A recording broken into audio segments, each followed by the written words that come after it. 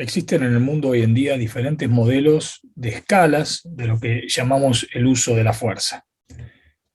Podemos encontrar títulos como el uso progresivo, el uso racional, por ejemplo, la República Argentina y en algunos otros lugares de Latinoamérica, en inglés el use of force continuum, ¿sí? Y todos básicamente lo que hacen es marcar un mismo fundamento, que es la necesidad de contar con marcos predefinidos de la forma en la que se va a utilizar la fuerza en el accionar policial. Estos diferentes niveles generalmente han sido estudiados de forma tal de que el personal policial no tenga que pasar de simplemente tener su presencia, su uniformidad, a tener que, por ejemplo, esgrimir un arma inmediatamente o tener que utilizar la fuerza letal, sino lo que se busca cumpliendo con esas recomendaciones que hacen las diferentes organizaciones internacionales en esta materia es evaluar cuáles son las herramientas con las que puede contar desde el punto de vista del entrenamiento, de la formación, ¿sí? De sus técnicas con sus manos, con bastones, con diferentes tipos de incapacitadores, en la persuasión verbal, etcétera, etcétera, que ahora lo veremos en detalle, pero todos los modelos básicamente lo que buscan es exactamente lo mismo: dotar al personal con una herramienta concreta para que comprenda primero, ¿sí?, que tiene la posibilidad de ir escalando paso a paso cuando la situación lo permite. Pero también es muy importante el poder subir como bajar, ¿sí?, por estas especies de escaleras. Por ejemplo, este es un modelo que se representa, ¿sí?, como vemos aquí, con diferentes tipos de colores. Esto se toma originalmente del código de colores de Cooper, siempre después se le hace alguna modificación, pero lo que vemos es que de alguna manera acá hay una escalera por la que se puede subir o por la que se puede bajar. Estos son modelos en los cuales de lo que se compara: de un lado está el oficial, del otro lado está la persona que está tratando de disuadir generalmente. Luego tenemos esta forma de representarlo, ¿sí?, en lo que es la escala ascendente y el desescalamiento o la escala descendente de los niveles de uso de fuerza. ¿Por qué? Porque una vez que nosotros logramos aplicar la fuerza, tenemos que inmediatamente empezar a hacer el proceso regresivo, salvo que por necesidad necesitemos nuevamente volver a escalar. Luego tenemos o hemos visto que en algunos lugares como Canadá y en otros países lo que se les ha ocurrido es también representarlo de una forma circular, en la cual ponen, como vemos aquí, la situación en el centro, eh, o los clásicos modelos de escalada, ¿no?, vertical hacia arriba y hacia abajo.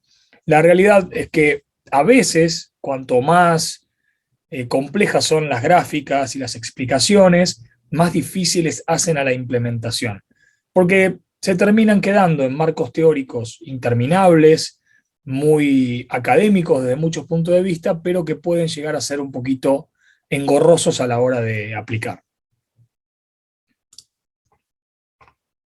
¿Qué es lo que se debe tener en cuenta en lo que es la escala, ¿no? Aquí tenemos un ejemplo también gráfico de muchísimos otros que podríamos poner, porque esto va a ser acorde a qué herramientas puntuales, qué tipo de entrenamiento, qué tipo de certificaciones, qué tipo de protocolos tenga el personal policial que pueda utilizar. Por ende, no es lo mismo para una policía federal en un país que para una policía provincial o estatal o para una alcaldía, o en el caso a veces de grupos de operaciones especiales, etcétera, etcétera. O sea, realmente es algo que no se tiene que tomar solamente con un formato, porque se debe adaptar al grupo particular o a la institución que lo aplica.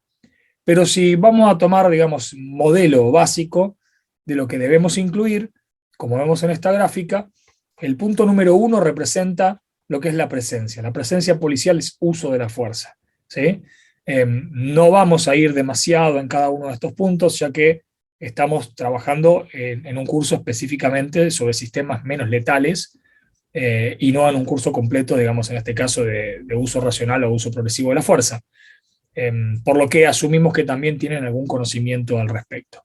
Pero la presencia, la uniformidad, la forma en la que se para el personal policial, la forma en la que tiene su equipo, la forma en la que se dirige, en la que mira, en la que cuida su entorno y en lo que comunica, ya existe lo que conocemos como uso de fuerza. Luego tenemos lo que es la comunicación verbal, en la cual tal vez se pueda dar una situación de mediación o poder a través de la palabra disuadir o detener muchas veces una acción que va acompañada de la presencia. Luego existe en el punto número 3 lo que suele llamar el control o la resistencia pasiva. Esto es cuando un agresor no presenta mayores dificultades, sino que termina cooperando, ¿sí? Y se resuelve de una forma bastante más pacífica o tranquila que lo que es el paso al punto 4, que ya implica una resistencia activa, ¿no? O sea, implica resistencia verbal, resistencia física, que ya hace necesario que en este caso el oficial tenga que utilizar algún tipo de medida de control físico. Ahí va a poder usar técnicas de tipo marciales, dependiendo de la fuerza y de sus protocolos, poder utilizar, por ejemplo, una tonfa o un bastón extensible, cantidad de elementos, por ejemplo, una lata de OC, cualquier cosa que tenga provista o que esté homologada para utilizar en su marco particular, en su fuerza. Luego también tenemos la aplicación de dispositivos menos letales, que en el caso de la imagen está representado con un sistema de incapacitación neuromuscular, como puede ser un taser, un phaser o alguno de estos, pero que no necesariamente en todos los países, por supuesto, están implementados. En algunos sí, pero podría ser cualquier otra herramienta. Por ejemplo, podría ya ser un beanbag, podría ser una bolsa de impacto, podría ser un montón de elementos con los que contamos o químicos de mayor poder que ya implican una energía considerable como para detener un accionar peligroso. Y finalmente, en el último punto de la escala de la fuerza, siempre está la fuerza potencialmente letal. Debemos recordar que en toda acción de implementación de un sistema menos letal debe estar presente un tipo de apoyo por sistemas de tipo letales. O sea, todo esto es parte de un mismo marco. Se utiliza solo lo que se necesita para neutralizar una amenaza o un riesgo que se encuentra presente. Pero el problema es que si el riesgo se presenta y nosotros solo tenemos un dispositivo de tipo menos letal, podemos encontrarnos en una situación de una enorme desventaja y poner en riesgo al personal. Ahora, ¿qué es lo que sucede en la mayoría de los países del mundo? Porque no solamente en aquellos lugares como los que estamos nosotros en Latinoamérica, sino que pasa en muchos otros lugares también, es que cuando nosotros vemos, especialmente en Europa, en Estados Unidos, en países asiáticos, vemos generalmente que el personal policial muchas veces cuenta, ¿no? Como se ve aquí, con su arma reglamentaria, por lo menos 2 cargadores, con buena calidad de munición, una linterna que es parte del equipamiento menos letal y disuasivo, un buen par de esposas, mínimamente algún tipo de químico como el Erosin capsicum, el popularmente llamado gas pimienta, un equipo de comunicación, un bastón extensible y algún tipo de incapacitador neuromuscular. Este combo, ¿sí? Nos da 8 herramientas en un cinturón, lo cual no es lo que encontramos en la diaria, generalmente en muchos países de Latinoamérica, o a veces podemos encontrar esto en algunos grupos en particular. Puede a veces en un país entero solo estar destinado a fuerzas especiales o algún grupo de reducción muy particular, pero el resto no lo tiene. Entonces aquí es donde se genera un conflicto muy grande a la hora de querer implementar sistemas menos letales cuando las herramientas no están presentes cuando se necesitan. Entonces la forma de poder escalar hacia arriba y hacia abajo, o en cualquiera de los modelos que nosotros vimos del uso de la fuerza, requieren el contar con los elementos, el contar el entrenamiento específico en cada uno de estos dispositivos. Porque después, el oficial, en el momento que tenga que actuar, tiene que decidir cuál, acorde a qué es lo que está enfrentando, es el que debe utilizar. Y aquí es donde se genera el verdadero problema en nuestras regiones al menos. Todo tiene solución, o sea, siempre hay formas de compensar lo que no tenemos, pero requiere, por supuesto, mayor entrenamiento. Ahora, desde el punto de vista institucional, no se puede esperar un resultado mágico cuando un oficial solamente tiene su uniforme y tiene una pistola, 2 cargadores y un par de esposas. Claramente eso no nos da la posibilidad de implementar un mecanismo acorde a lo que son las recomendaciones del marco de Naciones Unidas y lo que internacionalmente generalmente se suscribe. Entonces, en el día a día, ¿qué es lo que hemos encontrado generalmente? Una importante dificultad para implementar algo que en teoría suena muy bien y muy lógico y que todos desearían poder contar. Luego, la falta de equipo específico para utilizar en la escala. Entonces, muchas policías siguen dotando tonfas, ¿no? Y las tonfas pueden ser muy efectivas en un lugar donde hay lugar, en grupos de tipo de infantería, ¿no? De control de disturbios, pero para moverse en ciertos ámbitos, la tonfa se está colgando, por ejemplo, del correaje, se engancha en los vehículos, se engancha en los pasillos angostos, alguien puede manotearla de mi cintura, tironear y desestabilizarme o correrme del lugar mi arma porque desde el lugar en el que toma la tonfa me genera un montón de incomodidad.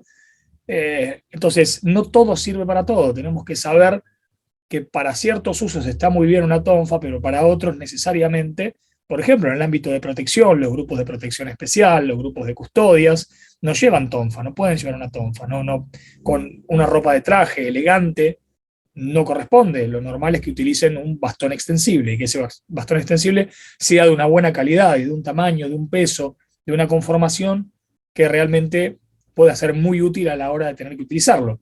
Para eso tenemos que tener muy claro que esa herramienta se la debe conocer durante el entrenamiento específico diseñado y que se conoce en casos de éxito con bastones, por ejemplo, de tipo defensivo o colapsables o plegables, como le quieran llamar.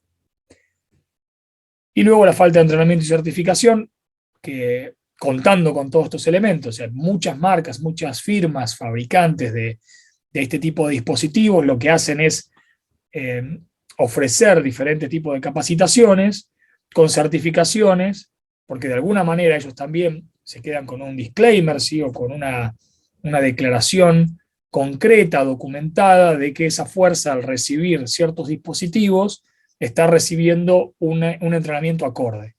Y quien no tenga ese entrenamiento o no esté homologado para utilizar esa herramienta no debería hacerlo desde el punto de vista institucional.